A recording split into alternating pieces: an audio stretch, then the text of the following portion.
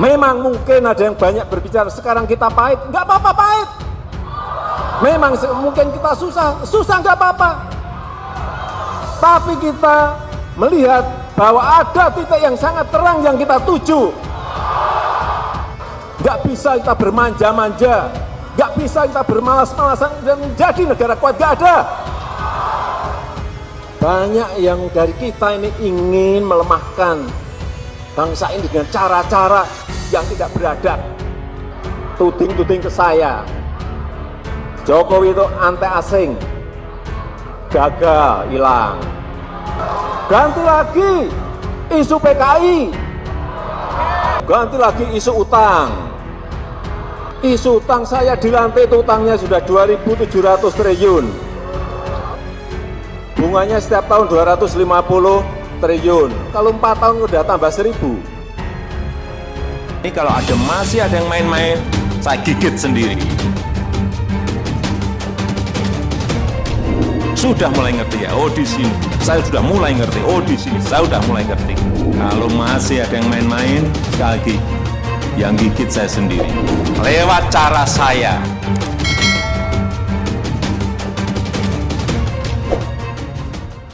Pucuk dicinta ulang pun tiba. Kejatuhan presiden hanya tunggu waktu. Oposisi semakin senyum sumringah. Bencana ini akan mempersingkat waktu bagi presiden jatuh. Sepertinya pesta dapat lebih cepat diselenggarakan. Kesempatan yang tak akan terulang.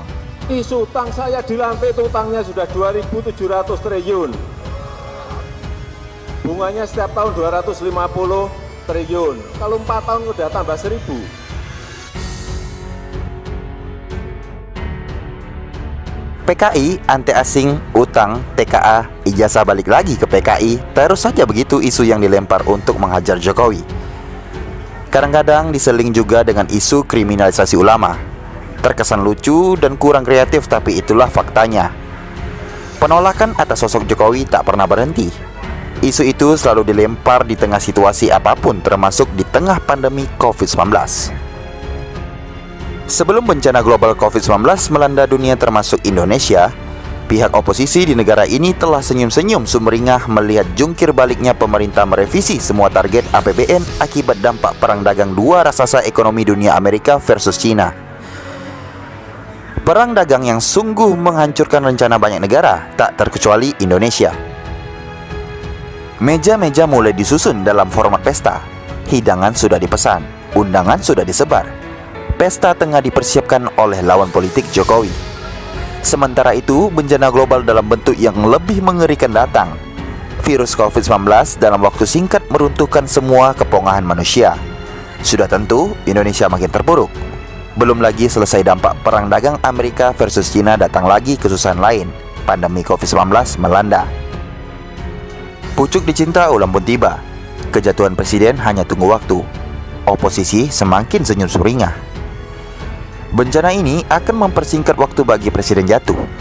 Sepertinya pesta dapat lebih cepat diselenggarakan. Kesempatan yang tak akan terulang.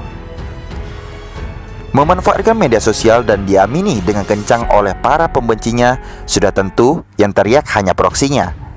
Bohirnya sih duduk manis, nyantai sambil ngopi. Mulailah isu-isu lawas sisa Pilpres 2014 dan Pilpres 2019 didaur ulang. Lihat saja selama bulan April sampai Mei 2020, isu utang, TKA, ijazah, dan terakhir PKI menghiasi sosial media. Bau menyengat kolaborasi cendana dan cikeas plus opini kental terlihat. Gerak-gerik Jokowi mereka awasi. Kesalahan Jokowi sedang ditunggu untuk digunakan sebagai senjata. Memanfaatkan situasi sosial ke dalam situasi politik itu yang tengah mereka lakukan. Ketidakseimbangan psikologis masyarakat yang sedang tertekan akibat pandemi coba dimainkan.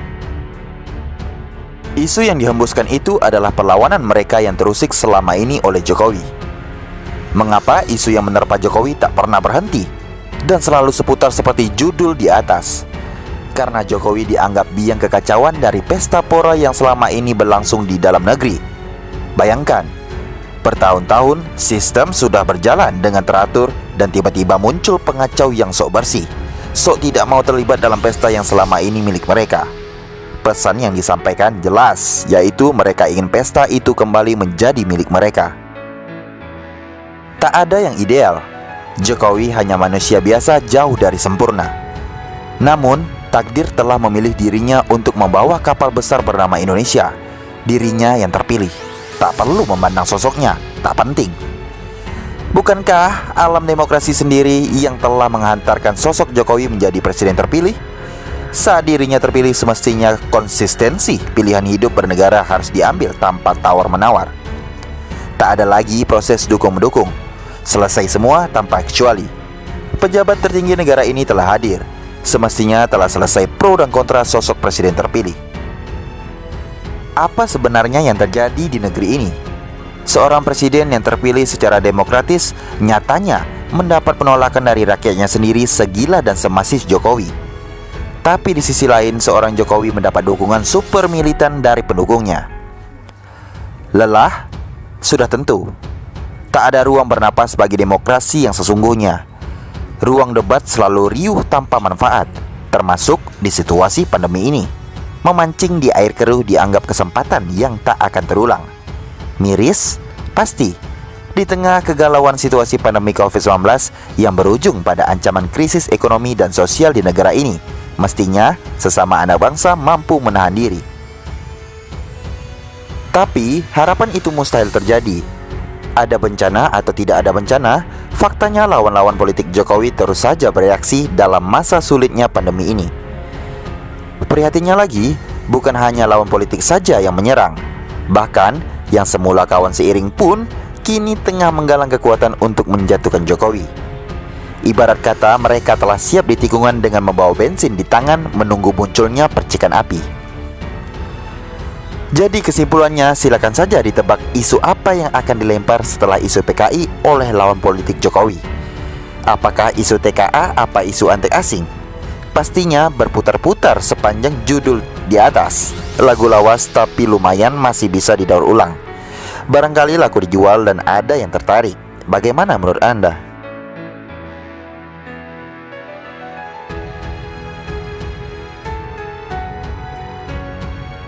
Bayangkan, bertahun-tahun sistem sudah berjalan dengan teratur dan tiba-tiba muncul pengacau yang sok bersih, sok tidak mau terlibat dalam pesta yang selama ini milik mereka. Pesan yang disampaikan jelas, yaitu mereka ingin pesta itu kembali menjadi milik mereka. Tak ada yang ideal. Jokowi hanya manusia biasa jauh dari sempurna. Namun, takdir telah memilih dirinya untuk membawa kapal besar bernama Indonesia. Dirinya yang terpilih. Tak perlu memandang sosoknya, tak penting. Bukankah alam demokrasi sendiri yang telah menghantarkan sosok Jokowi menjadi presiden terpilih? Saat dirinya terpilih, semestinya konsistensi pilihan hidup bernegara harus diambil tanpa tawar-menawar. Tak ada lagi proses dukung-mendukung. Selesai semua tanpa kecuali. Pejabat tertinggi negara ini telah hadir. Semestinya telah selesai pro dan kontra sosok presiden terpilih. Apa sebenarnya yang terjadi di negeri ini? Seorang presiden yang terpilih secara demokratis nyatanya mendapat penolakan dari rakyatnya sendiri segila dan semasif Jokowi. Tapi di sisi lain, seorang Jokowi mendapat dukungan super militan dari pendukungnya. Lelah? Sudah tentu. Tak ada ruang bernapas bagi demokrasi yang sesungguhnya. Ruang debat selalu riuh tanpa manfaat, termasuk di situasi pandemi ini. Memancing di air keruh dianggap kesempatan yang tak akan terulang. Miris? Pasti. Di tengah kegalauan situasi pandemi COVID-19 yang berujung pada ancaman krisis ekonomi dan sosial di negara ini, mestinya sesama anak bangsa mampu menahan diri. Tapi harapan itu mustahil terjadi. Ada bencana atau tidak ada bencana, faktanya lawan-lawan politik Jokowi terus saja bereaksi dalam masa sulitnya pandemi ini. Prihatinnya lagi, bukan hanya lawan politik saja yang menyerang. Bahkan, yang semula kawan seiring pun kini tengah menggalang kekuatan untuk menjatuhkan Jokowi. Ibarat kata mereka telah siap di tikungan dengan membawa bensin di tangan menunggu munculnya percikan api. Jadi kesimpulannya, silakan saja ditebak isu apa yang akan dilempar setelah isu PKI oleh lawan politik Jokowi. Apakah isu TKA, apa isu anti asing? Pastinya berputar-putar sepanjang judul di atas. Lagu lawas tapi lumayan masih bisa didaur ulang. Barangkali laku dijual dan ada yang tertarik. Bagaimana menurut Anda?